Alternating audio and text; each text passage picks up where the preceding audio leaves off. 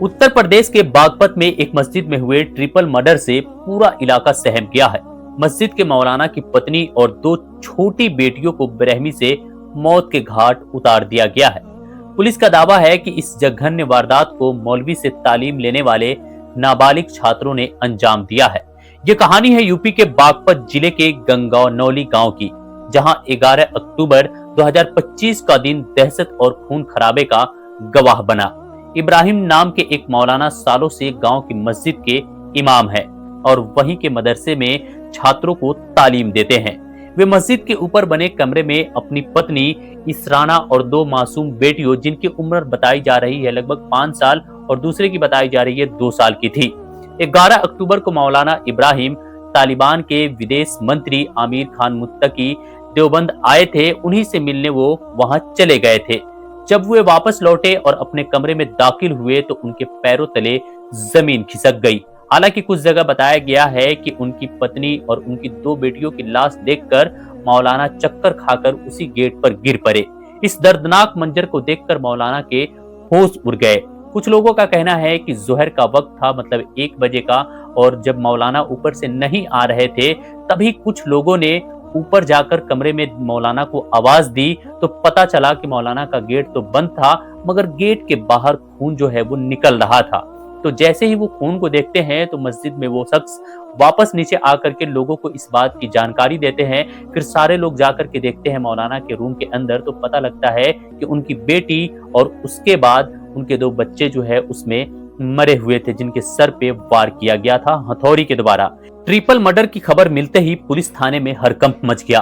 कई थानों की फोर्स के साथ डीआईजी कलानिधि नेथानी तुरंत मौके पर पहुंचे। जब पुलिस शवों को ले जा रही थी तब उन्हें स्थानीय लोगों के आक्रोश का भी सामना करना पड़ा। डीआईजी ने तुरंत एसपी बागपत के नेतृत्व में एक टीम बनाई और जांच शुरू कर दी।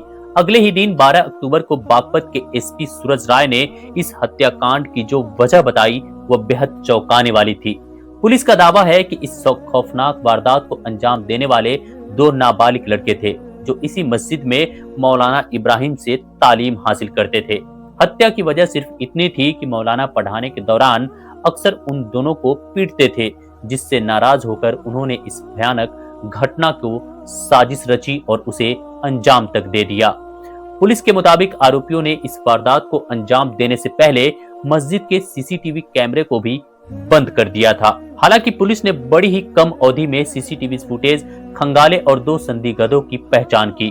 पूछताछ के बाद इन्हीं बाल अपराधियों की निशानदेही पर घटना में इस्तेमाल किया गया हथौड़ा और छुरी भी बरामद कर ली गई है।